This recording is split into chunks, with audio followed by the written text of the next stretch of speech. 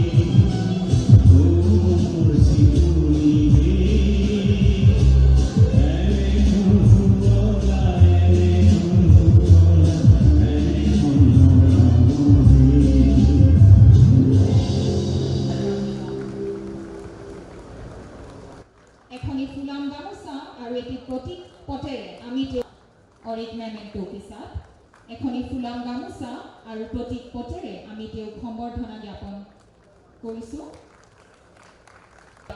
यातायात संसदीय कार्य के साथ एखनी फुलाम गामोसा और प्रतीक पटेरे आमी सम्बर्धना ज्ञापन हम स्वागत करके स्वागत जनाइसु।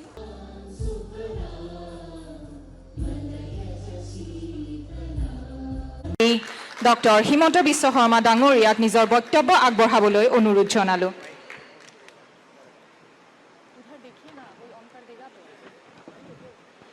एमएसएमई विभाग में भारत सरकार की केंद्रीय मंत्री श्री नारायण राणे जी, हमारा असम सरकार में उद्योग और वाणिज्य मंत्री श्री चंद्रमोहन पटवारी जी, कोल बोर्ड के चेयरमैन श्री डी कुप्पुरामू जी, रबर बोर्ड के चेयरमैन डॉक्टर सावर धनानिया जी, लघु उद्योग भारती की अखिल भारतीय संगठन मंत्री श्री प्रकाश सान जी, लघु उद्योग भारती की अखिल भारतीय अध्यक्ष बलदेव भाई प्रजापति जी, लघु उद्योग भारती की all India general secretary Ghanshyam ji Ojha, हमारे लघु उद्योग भारती की फॉर्मर प्रेसिडेंट ओम प्रकाश मित्तल जी, लघु उद्योग भारती की ऑल इंडिया जनरल सेक्रेटरी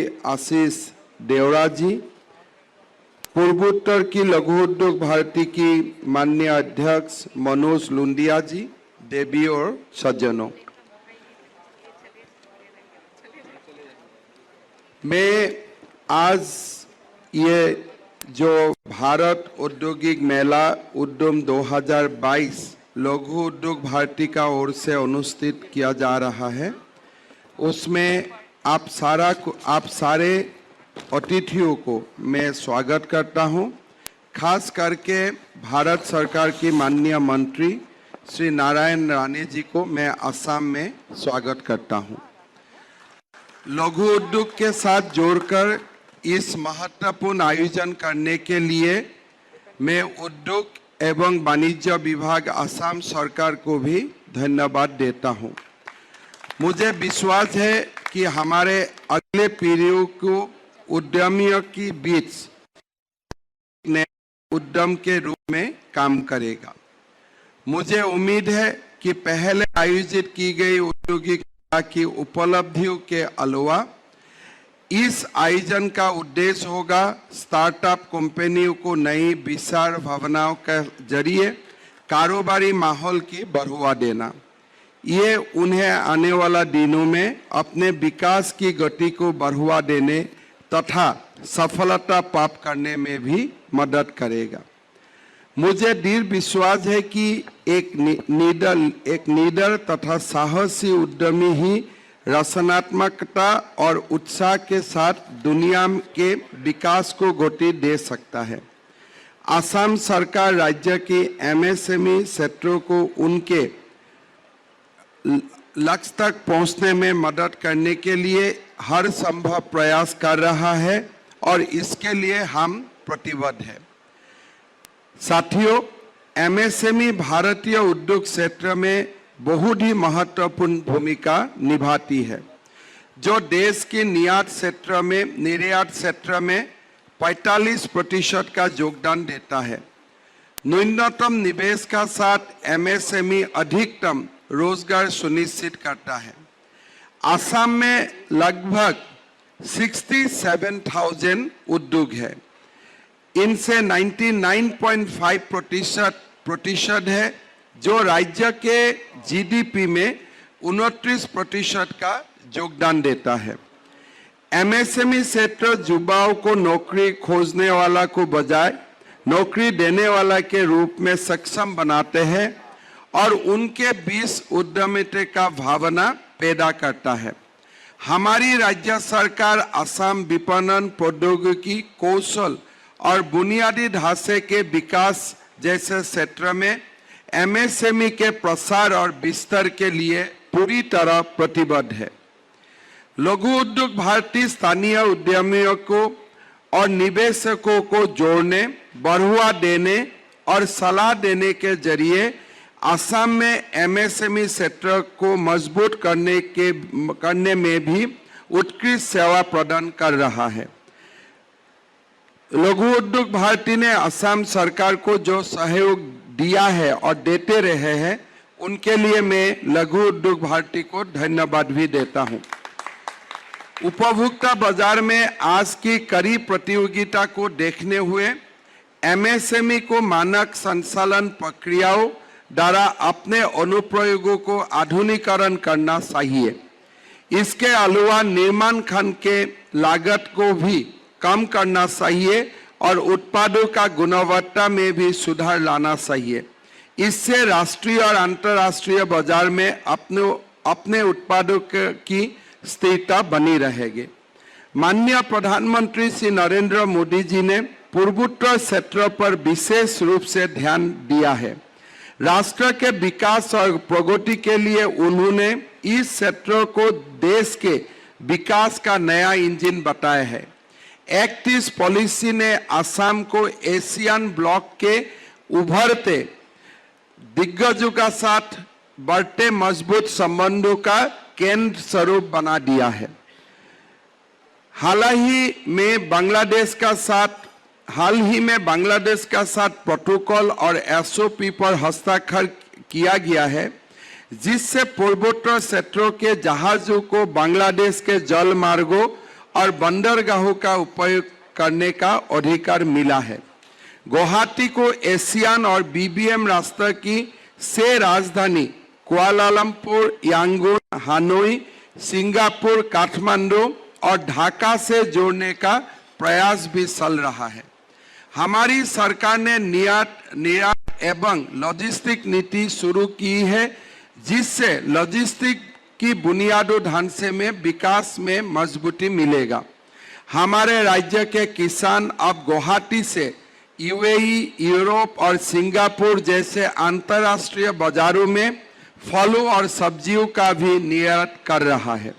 हाल ही में असम सरकार ने एमएसएमई स्थापना की लंबी प्रक्रियाओं को तथा अनुमोदन का असुविधाओं को दूर करने के लिए असम एमएसएमई अधिनियम 2020 अधिसूचित किया है। इस अधिनियम के तहत एमएसएमई को बिना किसी एनओसी के बिना एमएसएमई स्थापित किया जा सकता है और 3 साल तक ये स्थापित का साथ 3 साल तक संचालित की भी किया जा सकता है। हालांकि आग और पर्यावरण से संबंधित उद्योगों को इस अधिनियम से दायरे से बाहर रखा गया है। The Assam ease of doing business अधिनियम 2020 ने स्व घोषणा के आधार पर सभी मंजूरों को ऑटो रिन्यूअल को संभव बनाए हैं। 41 विभागों के तहत 450 G2B सेवाओं को जोड़ने के लिए ईज ऑफ डूइंग पोर्टल का विस्तार भी किया गया है। केंद्रीय सरकार ने विशेष रूप से पूर्वोत्तर क्षेत्र के औद्योगिक परिदृश्य को विकास के लिए समय समय पर प्रोत्साहन पैकेजों की घोषणा की है। पूर्वोत्तर औद्योगिक और निवेश संबंधन नीति 2007 ने 2007 की बाद राज्य में मध्यम और बड़े पैमाने पर निवेश को आकर्षित करने में सफल हुआ था। वर्ष 2017 के गणना के अनुसार देश में स्थापित कुल बड़ी इन्वेस्टमेंट में से असम का 10% हिस्सा रहा है। उत्तर पूर्व औद्योगिक विकास योजना 2017 को वाणिज्य एवं औद्योगिक मंत्रालय द्वारा अप्रैल 2018 में घोषित किया गया था। ये नीति पूर्वोत्तर राज्य में निवेश के बढ़ावा देने के लिए NEIPP के प्रतिस्थापन के रूप में की गई थी। मार्च 2022 तक नीति का यही अवधि प्रभावी थी। इससे चलते पूर्वोत्तर भारत के लिए एक विशेष औद्योगिक नीति की भी आवश्यकता है। उत्तर पूर्व भारत के लिए जो हमारा औद्योगिक नीति था उनका एक्सटेंशन और मजबूत बनाने का बहुत जरूरत है। भारत सरकार ने अभी ही जम्मू कश्मीर में नया औद्योगिक नीति लाया है और वो औद्योगिक नीति का परिणाम अभी काफी उद्योग जम्मू कश्मीर में प्रतिष्ठा हुआ है। उत्तर पूर्व का हालत भी जम्मू और कश्मीर का जैसे ही है, कोई टेररिज्म का दृष्टिकोण से नहीं है, कनेक्टिविटी का ओर से। इसलिए अभी असम में पूरा शांति है। असम में कोई भी लॉ एंड ऑर्डर का प्रॉब्लम नहीं है।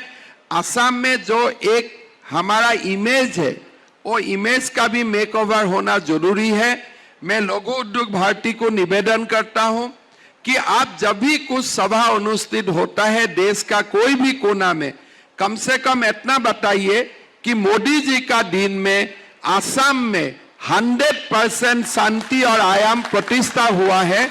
यहाँ में इस जगह में लॉ एंड ऑर्डर का कोई प्रॉब्लम नहीं है।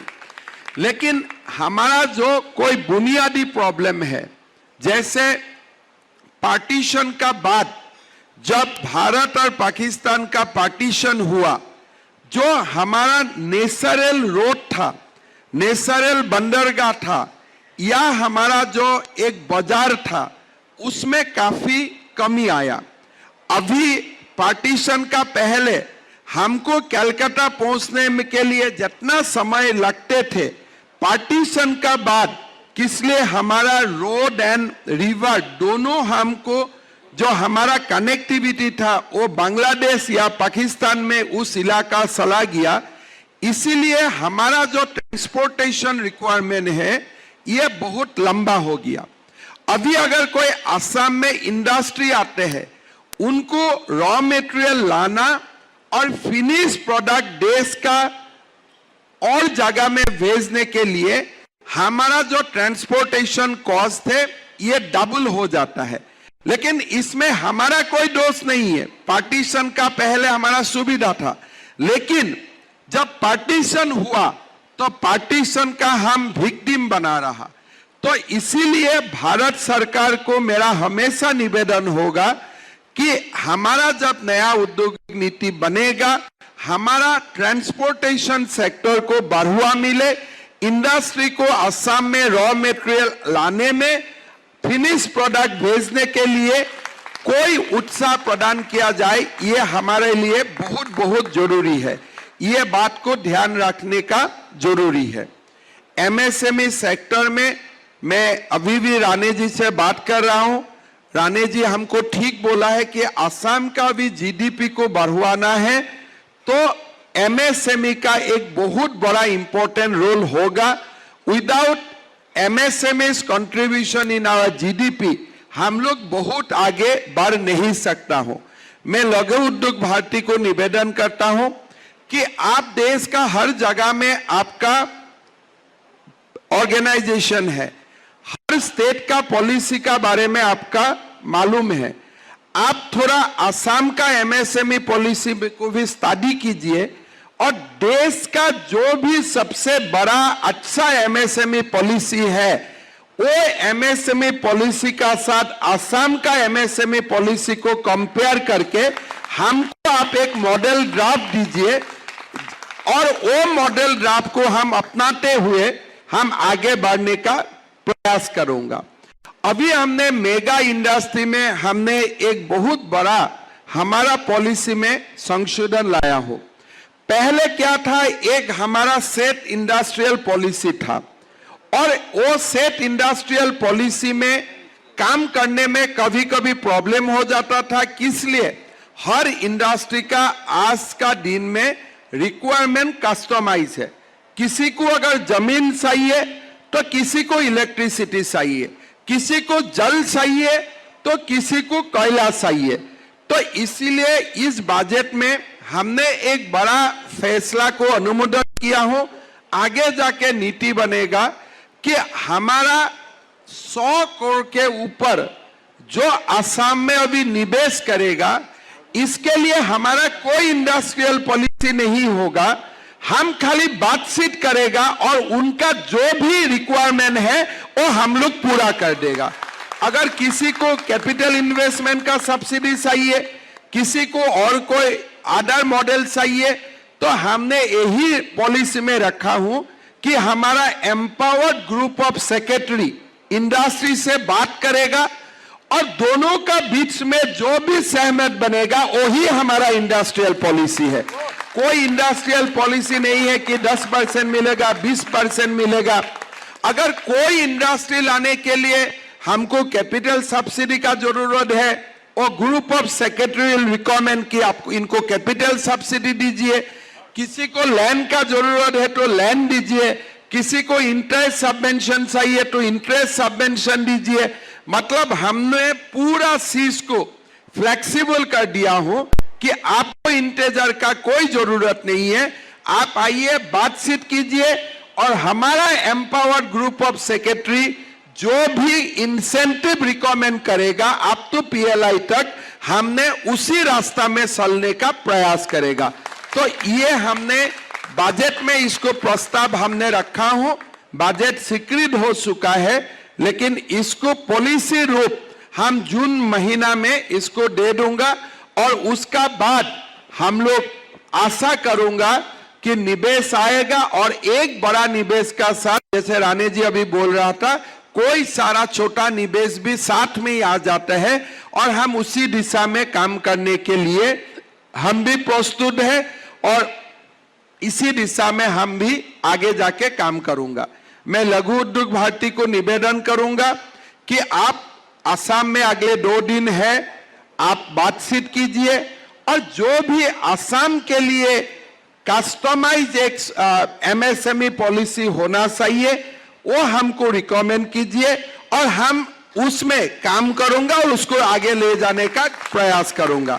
मैं राणे जी को धन्यवाद देता हूं कि आप हमारा बीच में आए और जरूर आपका मार्गदर्शन से हम लोग को आगे बढ़ने के लिए मौका मिलेगा और साथ में लघु उद्योग भारती का सारे डेलीगेट्स को मैं असम में स्वागत करता हूं। आपका अधिवेशन कॉन्फ्रेंस अच्छा रहे, राष्ट्र निर्माण में आपका जो कंट्रीब्यूशन है वो कंट्रीब्यूशन सब मानते हैं। खास करके जीएसटी निर्माण का समय में मैं जीएसटी काउंसिल में रहा, अरुण जी आपसे बात करते करते पॉलिसी को, जीएसटी को एकदम व्यापार का जो एक फ्रेंडली पॉलिसी तक कंप्लीटली ट्रांसफॉर्मेशन किया था, उसमें लघु उद्योग भारती का बहुत बड़ा कंट्रीब्यूशन था। मैं आप लोग को साधुवाद देना चाहता हूं और मैं आशा करता हूं आगे भी आप लोग अपना कंस्ट्रक्टिव जो पॉलिसी है इसको आगे ले जाके हमारा राष्ट्र निर्माण का जो प्रोसेस चल रहा है उसको आप लोग और मजबूती देगा। यही दो बात बोलते हुए मैं आप सब लोग को धन्यवाद देते हुए मेरा वाणी